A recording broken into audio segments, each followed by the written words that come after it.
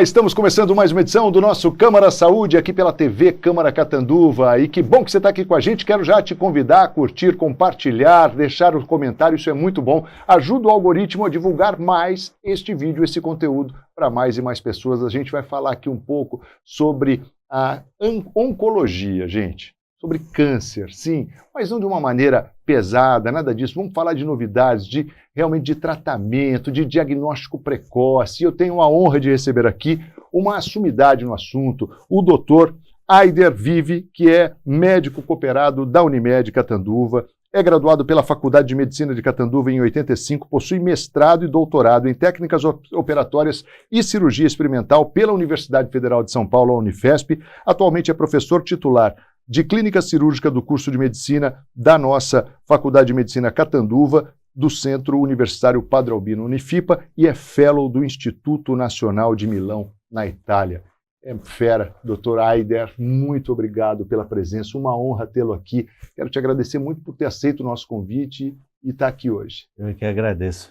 Espero poder atender às suas expectativas. Bom, eu já começo te perguntando aqui, você me contou aqui em off, mas para compartilhar com as pessoas, eu falei aqui a sua última, uma especialização aqui, eu falei fellow. O que é fellow? Fellow é uma especialidade que a gente, depois de já adiantado no seu nível de formação, você opta por fazer. Em geral, você escolhe a área. No caso, por exemplo, eu fui fazer um fellow em cirurgia oncológica. Inicialmente eu fiz um fellow em câncer de mama, depois eu fiz câncer ginecológico.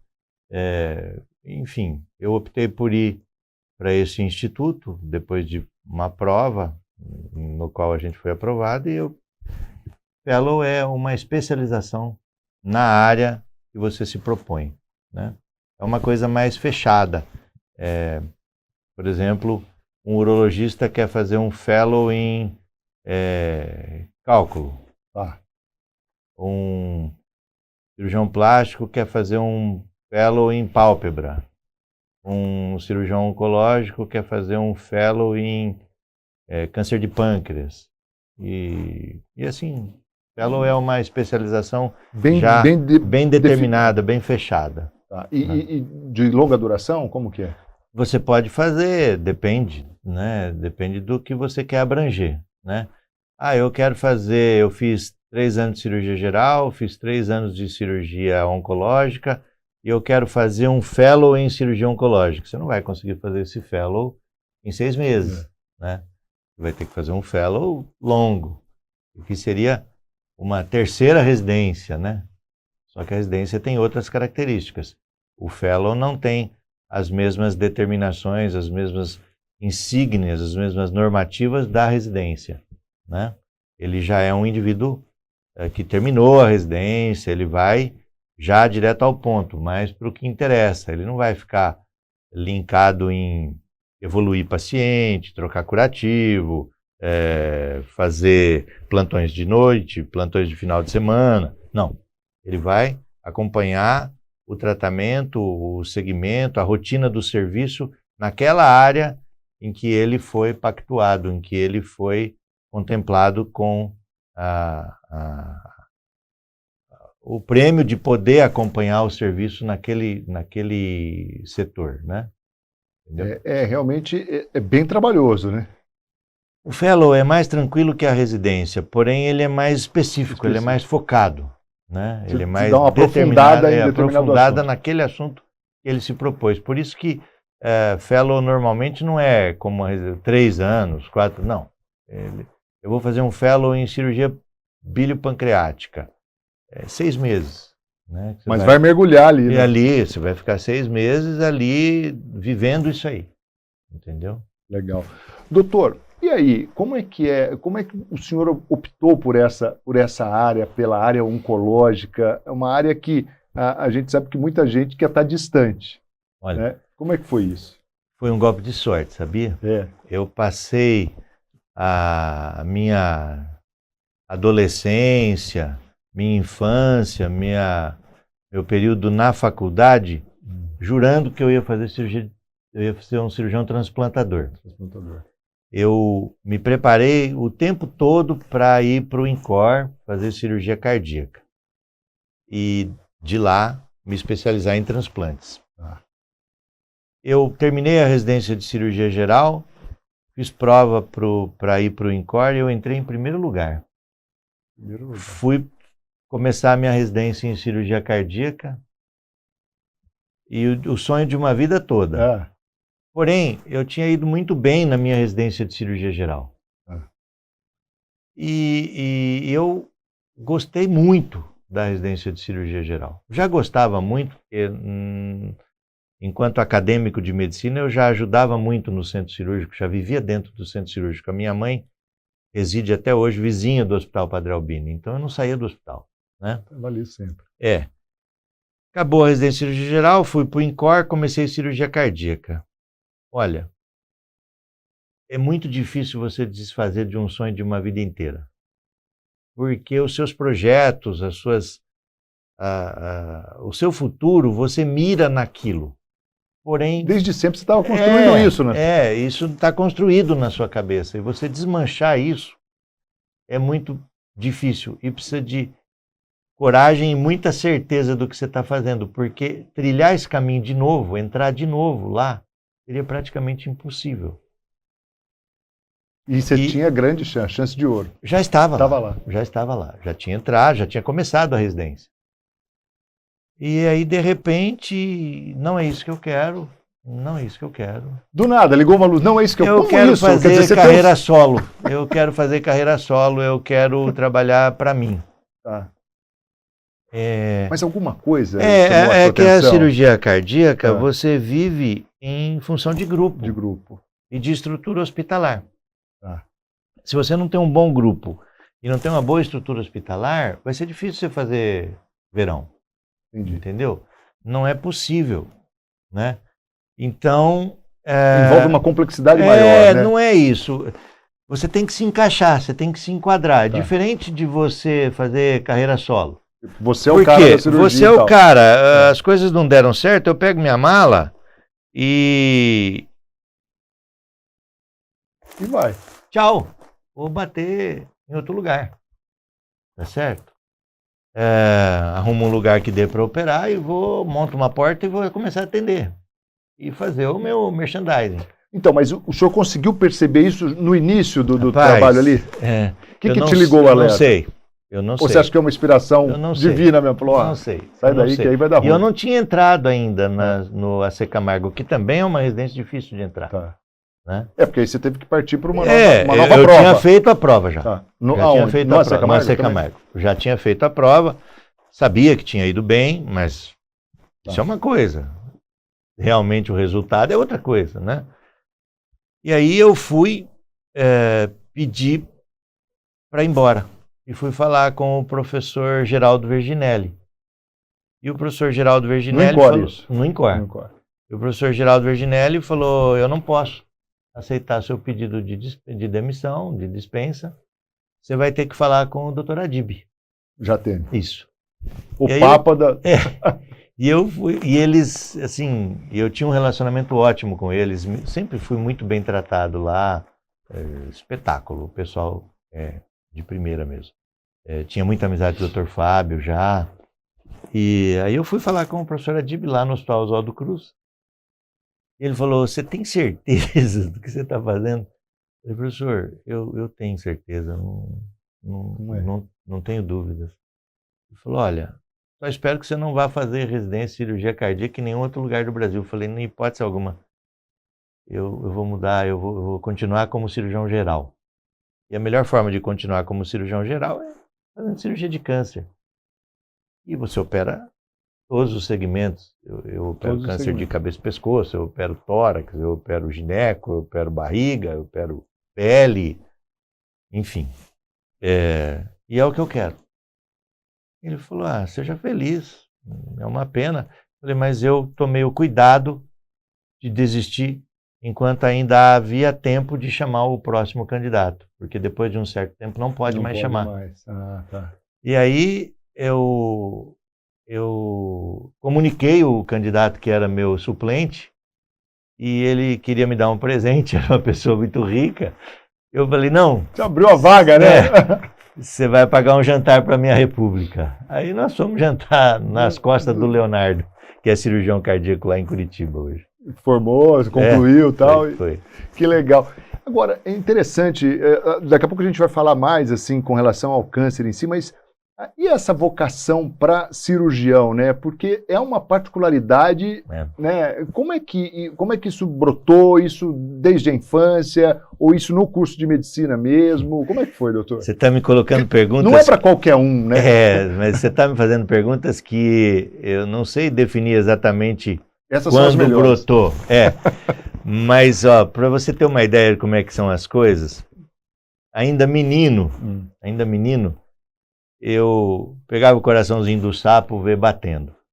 Quando eu tinha meus 11, 12 anos, aqui perto do mercado municipal... O senhor é Catano Verde? Sou nascido aqui. Aqui perto do mercado municipal tinha uma rinha de briga de galos. Caramba. E eu ia nessa rinha de briga de galos. E aí, rapaz, eu percebia quando a coisa estava feia para um galo, né? Eu encostava perto do dono assim. Deixa eu restaurar ele. Eu falava, moço, se o galo perder, o galo já está perdendo, né? Falei, se o galo perder, o senhor não mata ele não, deixa que eu cuido dele. E aí o cara já estava nervoso, né? Provavelmente porque além do galo ia perder um dinheiro. Sim. Ele falava, você vai cuidar mesmo? Vou, eu juro pro senhor que eu cuido. E eu pegava e levava 2, 3 galos, às vezes 4 galos para casa, tudo arrebentado, rapaz, cego de olho, furado de espora para todo lado. E lá eu dava ponto nos galos, lavava os ferimentos, tirava olho, serrava bico, dava um jeito de ajeitar a asa que estava quebrada. Tá brincando, doutor? Isso com quantos anos? 11, 12 anos.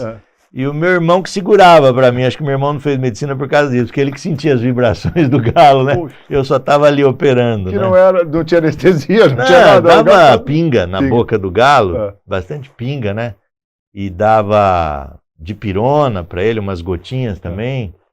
E dava ponto com fio dental, sabe? Cara, então nasceu para... Ninguém sabe, mas já fuça desde pequeno, né? Sem dúvida. E eu costumo dizer que o indivíduo, o cirurgião, ele tem personalidade de cirurgião, sabe? Eu falo sempre para os meus alunos, a minha curva é reta, eu não sei. O cirurgião, ele é mais pontual, ele é mais incisivo, né? E é bem isso mesmo, a minha curva é reta, eu não pego atalhos, né? Já vai, é objetivo. É objetividade. Doutor, agora falando um pouco da questão do câncer, assim, a gente ouve falar assim que o número de cânceres tem aumentado. Isso de fato é uma verdade ou o que tem aumentado são os diagnósticos? O diagnóstico melhorou muito. E isso nos faz diagnosticar não só doenças neoplásicas, como doenças pré-neoplásicas. Nós hoje conseguimos prever situações em que o indivíduo vai ter a doença, ainda não tem a doença. E isso faz parecer que aumentou em muito a frequência. Algumas doenças neoplásicas realmente aumentou, né? Mas isso não é uma verdade absoluta, né? Acaba mesmo sendo esse aumento de diagnóstico. O aumento na acurácia do diagnóstico, aumento na melhora do padrão de diagnóstico precoce, conscientização da população para... Eu sempre falo, né? Busque pela doença, não espere pela doença. Então, é melhor surpreender do que ser surpreendido. Então, as pessoas têm um defeito péssimo de pensar o contrário. Na verdade, ela fala assim... Quem procura acha. Quem procura acha. A gente ouve eu isso. respondo assim, é melhor prevenir do que remediar. Não é verdade? Achar que não vai... Né? Então, quem procura acha, eu trato com é melhor prevenir do que remediar. Entendeu? Óbvio, né? Quando a gente fala em estadiamento, tem a ver com isso. Óbvio que você vai ter, numa doença pré-neoplásica, um prognóstico muito melhor do que numa doença neoplásica. Óbvio que numa doença neoplásica, estadio clínico 1, você vai ter muito melhor prognóstico do que uma doença neoplásica, estadio 2, 3, 4, e em boa parte das vezes você não pode mais ajudar, não é curável. Entendeu? Quais são os tipos de câncer mais comuns hoje, doutor, na população? O câncer mais comum na população em geral, descartado todos os outros e somados todos os outros juntos, não dá isso, é câncer de pele. Câncer de pele. Câncer de pele é esmagadoramente a maioria dos tumores das neoplasias malignas. Ele ainda é subdiagnosticado? Não. Nós precisamos definir algumas coisas. Nós moramos numa cidade rica, bem servida de assistência médica, da região mais rica, uma das cidades mais ricas, da região mais rica, do estado mais rico, do país mais rico da América Latina. Isso mesmo. Então nós estamos assim, estamos bem, né? Estamos numa situação tá bom. Que nos é bastante confortável, entendeu? Então, câncer de pele hoje, se o indivíduo quiser tratar, ele tem um monte de lugares que ele pode se servir, né? Mas voltando à sua pergunta, câncer de pele é esmagadoramente o que abrange a grande maioria dos tumores. E aí a gente vai ter que dividir homens e mulheres, né? Mulher, muito frequente, câncer de mama, câncer de útero, câncer coloretal, e homem, próstata, coloretal, pulmão. Então, esses são tipos histológicos, são sítios de tumores que são muito frequentes. Mas o de pele supera todos eles, né? Supera todos eles juntos. Não é supera individualmente, não. Todos. Se juntar todos os outros tipos de tumor, não ultrapassa o câncer de pele. E em todos os cânceres nós temos a opção cirúrgica? Não em todos. Opção cirúrgica nos tumores sólidos. Sólidos. Né? E o que você chama de tumor sólido? Eu vou te explicar o que não é sólido para você ter uma noção. Os linfomas e leucemias são ditos tumores não sólidos, porque eles não têm um órgão de eleição. Mesmo o linfoma de Hodgkin, por exemplo, que tem, ele é ganglionar, ele é dito como não sólido, né? A gente tem que pensar em doença sistêmica. Tumor sólido é, por exemplo, um câncer de estômago. Está localizado. Localizou no estômago e a gente sabe que ele, se não tratado enquanto intragástrico no estômago, ele vai disseminar-se, vai sair do estômago e vai acabar por matar esse indivíduo. Então esse é dito um tumor sólido, né? Câncer de cólon, intestino grosso, né? Câncer de colo de útero, câncer de útero, né? Mama, pulmão, rim, entendeu? Esses são tumores sólidos. E os não sólidos, a grosso modo, óbvio que existe mais do que isso, são os linfomas e as leucemias. O doutor, e aí assim, o que determina uma cirurgia ou um tratamento terapêutico, quimioterápico e tal, depende do estadiamento. O né? estadiamento. Para que o telespectador entenda, né? O que é esse estadiamento? Eu vou fazer uma linha do tempo. Tá. Uma linha do tempo. Bom. O que seria uma linha do tempo? Um tumor começa na mama, por exemplo.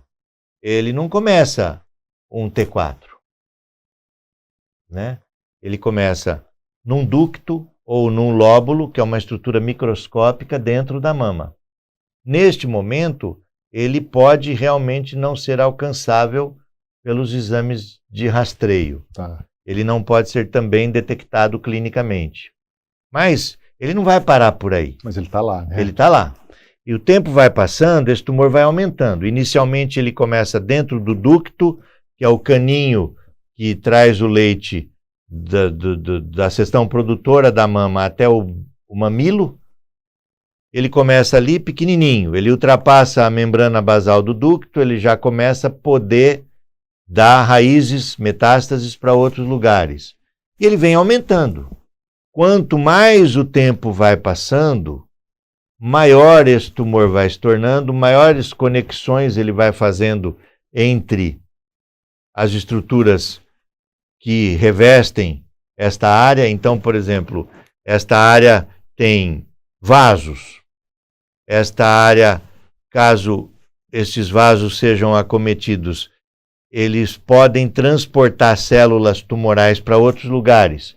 Então, além do tumor que a gente põe no estadiamento como T, nós podemos ter, à medida que ele acomete vasos linfáticos, que são os vasos mais facilmente acometidos pelas lesões, ele pode embolizar, mandar células tumorais para os gânglios, geralmente gânglios da axila. Então, já além do T, nós temos o N, que são os nódulos.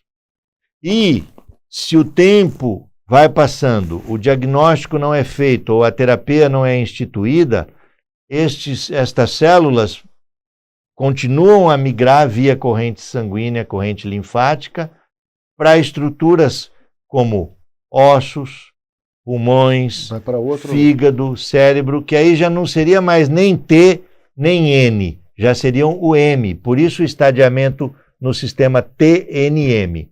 O tempo vai passando e esse tumor não vai esperando. O M de metástase? M de metástase. Caramba. Isso que eu acabei de te dizer é a história natural dos tumores.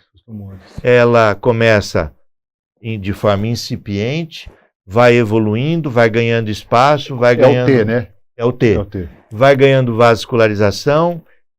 Por estes vasos ele encontra vias de propagação. Ele pode comprometer por contiguidade também, ele pode comprometer a pele da mama, ele pode comprometer a parede torácica, ele pode... E as coisas vão acontecendo.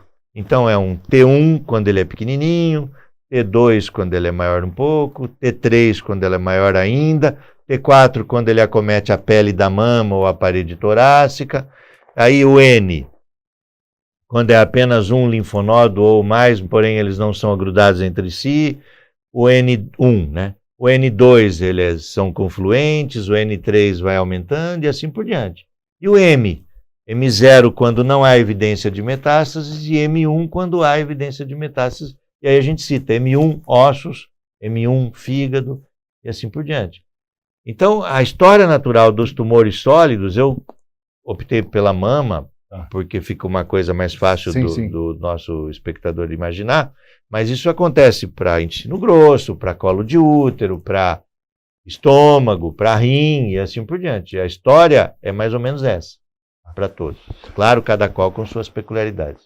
Aliás, obrigado por essa explicação, ficou bem claro e eu tenho certeza que quem está assistindo, quem está nos acompanhando, conseguiu entender. E aí assim, doutor, então, se a gente tem todo esse processo, é muito importante, mais uma vez, a questão do diagnóstico precoce. Surpreender. Agora, me diz, a gente fala muito sobre o diagnóstico precoce, mas, de fato, como é que as pessoas devem agir em relação às doenças neoplásicas, assim, para prevenir? Ó, existem doenças que a gente busca por elas. E existem doenças que é difícil a gente surpreender. É muito difícil você, numa população em geral, falar assim, ó, faça um rastreio oncológico. Sim. Mas quanto por cento da população nós vamos cobrir com isso?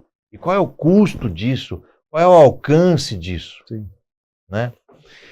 Aí, uma pergunta que não quer calar é, nós vamos chegar a um ponto em que nós vamos fazer o histórico, estudar a carga gênica desse indivíduo e, através desse estudo, nós vamos conseguir definir se esse indivíduo vai ser, dos tantos aos tantos anos, possivelmente portador de câncer disso ou daquilo? Nós vamos chegar nesse ponto. Nós vamos chegar nesse ponto. De fazer a leitura desse indivíduo antes. Isso jovem. 18, 16, 15, 20 anos. Fantástico. Mas nós não temos ainda. Não temos ainda. Algumas coisas nós já temos. Porém, dependendo do histórico familiar. Por exemplo, eu cito com bastante o caso daquela atriz famosa, Angelina Jolie. Verdade, eu lembrei disso na hora que você falou. Então, ela tinha um estudo genético, ela tinha um histórico familiar extremamente contundente, ela tinha tias, mãe, avós com câncer de ovário, câncer de mama, ela era um BRCA1, BRCA2, que são alterações genéticas que a gente detecta no estudo do DNA das células dela, e a gente percebe, esses estudos já são bastante difundidos, já estão em prática aqui no Brasil, inclusive. Ela, então, foi candidata a retirar as 2 mamas, útero e ovário, porque ela tinha codificado uma chance de aparecer com essa doença e mais de 80%, 90% de chance. Então, não vamos esperar pela doença. Só que isso não é extensivo à população, entendeu? E o que é extensivo à população? Extensivo à população é mamografia, estudo colpocitologia oncótica do colo do útero, Papa Nicolau, Nicolau, colonoscopia para alguns mais privilegiados. Se o indivíduo é grupo de risco, por exemplo, ele é fumante, né? Um exame de cavidade oral, de orofaringe, laringe, câncer de cabeça e pescoço é uma coisa muito frequente, muito. Alguns exames de imagem, mas assim, é difícil dizer para você, aos 20 anos para se prevenir de câncer ou fazer diagnóstico precoce, você tem que fazer isso. Não existe ainda uma tabela disso. Aos 30 você faz isso, aos 40 você faz isso. Infelizmente não tem, e eu acho que se tivesse, nós não conseguiríamos abranger nem aqui, nem nos Estados Unidos, nem nos melhores países da Europa, não é possível. Ô, doutor, tem as pessoas mais céticas, né? Eles dizem, olha, não adianta, eu vou prevenir, porque quando tem que ter câncer, tem câncer mesmo e tal, porque é genético, coisa e tal. Mas aí eu acho que algo que é importante a gente ressaltar, assim, existem fatores que predispõem o indivíduo a desencadear isso, né? Se ele evitar esses fatores, talvez ele tenha ali, mas não desenvolva, não é isso? Acabamos de falar de câncer de cabeça e pescoço, né? Sim. O indivíduo que não fuma. Porque cabeça e pescoço, a maioria é álcool e tabaco? A maioria, sim. Existem algumas outras neoplasias de cabeça e pescoço, carcinomas de cabeça e pescoço, que tem uma implicação viral, mas é a minoria esmagadora. Minoria. Existem algumas... Tá bom, a gente nem falar para não virar desculpa. Algumas outras neoplasias de cabeça e pescoço, por exemplo, que são induzidas por próteses dentárias que machucam, espículas dentárias que ficam ferindo a boca, traumas crônicos e repetidos e intensos em alguns lugares, mas o grosso é o cigarro e a bebida. Né? Uma pessoa com bons hábitos de higiene oral, que não fuma, que não bebe, dificilmente, quase que nunca. Quer dizer, ainda que ele tenha ali uma predisposição. Ele pode até ter, mas não os tipos histológicos principais, tipo os carcinomas espinocelulares que são a grande maioria desses tumores. Ele pode ter um tumor de parótida, que nada tem a ver com esses agentes que eu te falei. Ele pode ter um tumor de glândula submandibular, ele pode ter um tumor de glândula salivar lingual, ele pode ter um tumor mais raro, melanoma ou um fibrosarcoma, coisas desse tipo, mas o grosso, que é os 98, 99% das vezes que é o carcinoma, não vai ter. Doutor, o senhor falava, a gente conversava em off antes do início do nosso bate-papo, falando sobre essa questão da especialidade em si, né, do acompanhamento e tal, que hoje, no início, o senhor fazia tudo, né? Quer dizer, acompanhava ali a químio, a cirurgia e tal. Não dá para ser assim, né? Não. E graças a Deus isso hoje está muito bem definido. Graças a Deus mesmo. Quando eu comecei a minha residência em cirurgia oncológica, 1987, quando eu comecei minha residência em cirurgia oncológica, nós fazíamos as nossas quimioterapias adjuvantes todas, isso num serviço que era o serviço referência na América Latina, que era o Hospital AC Camargo. Então, todas as quimioterapias adjuvantes eram feitas por nós, nos departamentos de cirurgia, porque estava começando a residência, a especialidade de cirurgia oncológica. Tanto que o nosso certificado é cancerologia. Cancerologia. A gente fazia tudo. Depois, aí nós recebemos o certificado de cirurgiões oncológicos. Eu sou aproximadamente o 200 e alguma coisa no Brasil. Né? Hoje nós temos quantos? Seguramente mais de 3, 4 mil, 5 mil. O senhor está nas primeiras turmas ali. Não precisa falar com muita ênfase. Mas é mais ou menos isso. Então, e a cirurgia e a oncologia clínica foi ganhando espaço, o espaço merecido, porque nós não teríamos condições de continuar acompanhando o desenvolvimento que é tão grande na área de oncologia clínica e nos mantermos operando. Porque você tem que entender, por exemplo, que a gente passa às vezes uma manhã inteira, um dia inteiro operando. E se o indivíduo estiver precisando da gente numa quimioterapia, se ele tiver uma reação durante a infusão de um quimioterápico, invariavelmente acontece, ou e como é que nós vamos encontrar tempo hábil para nos mantermos atualizados nessas medicações que surgem diariamente, entendeu? Isso é uma coisa que carece mesmo uma subdivisão, né? E felizmente a cidade hoje vive isso, né? Nós estamos vivendo essa situação, né? Professor, meu pai tratou com você, minha tia tratou com você, eu quero tratar com você, tudo bem, eu vou te acompanhar, você vai tratar comigo no que for pertinente à minha esfera de atuação, Porque, na verdade, mas eu quero que esse profissional te acompanhe e tal. Por quê? Porque ele vai ter mais condições do que eu no quesito quimioterápicos, imunoterápicos, hormonioterápicos, te atender. Entendeu? Isso é normal, é o que aconteceu com algumas outras especialidades, por exemplo, no passado, a reumatologia saiu da ortopedia, né? No passado, a gastroenterologia saiu da cirurgia do aparelho digestivo, entendeu?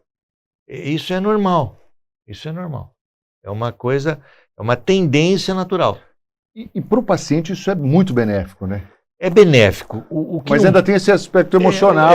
O que não pode acontecer, e eu falo sempre para os meus alunos, é o seguinte: o indivíduo ele vai te procurar para operar um tumor de tireoide.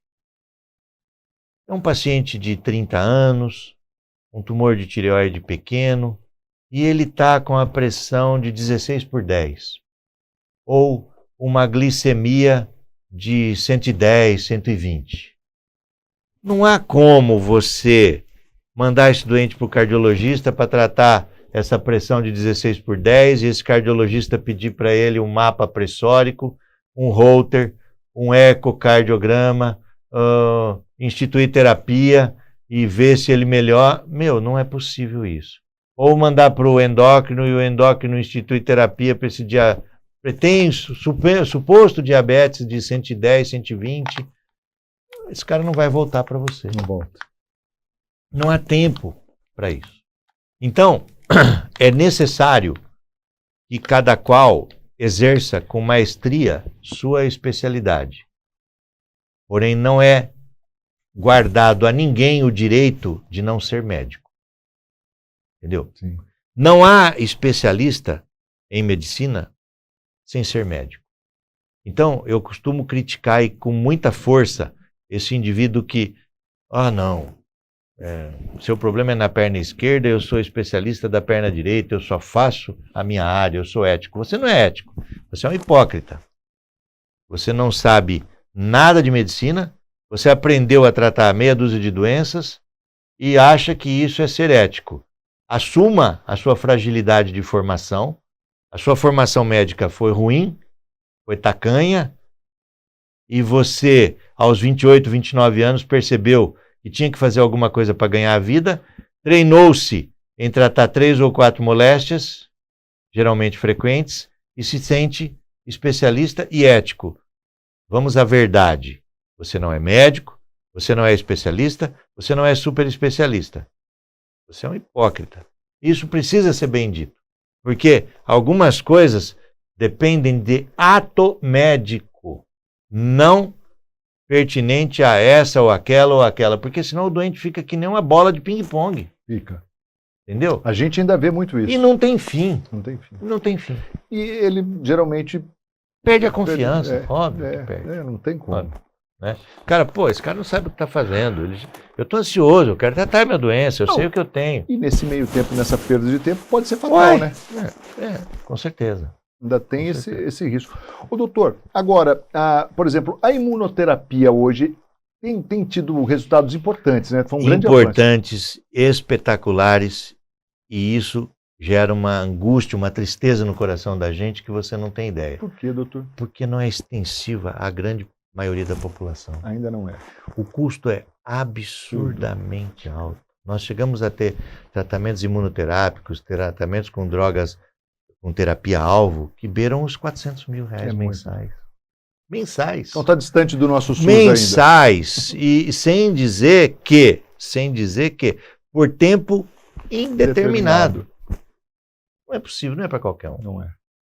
Entendeu? Mas o bom saber que já existe, O né? bom saber que já existe e que isso aí uma hora acaba sendo extensivo aos demais, à população em geral.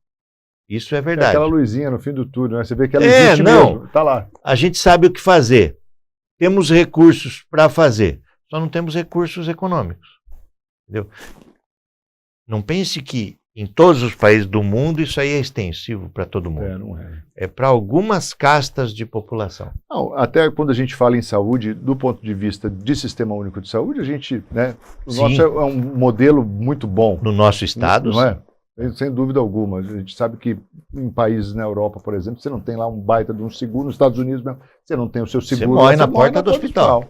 Né? Morre na porta do hospital. Então, só que se você tem esse baita seguro, você está muito assistido. Tá bonito. Tá bonito. Mas eu fico brincando, eu brinco sempre assim, já agradeceu a Deus pelo SUS hoje?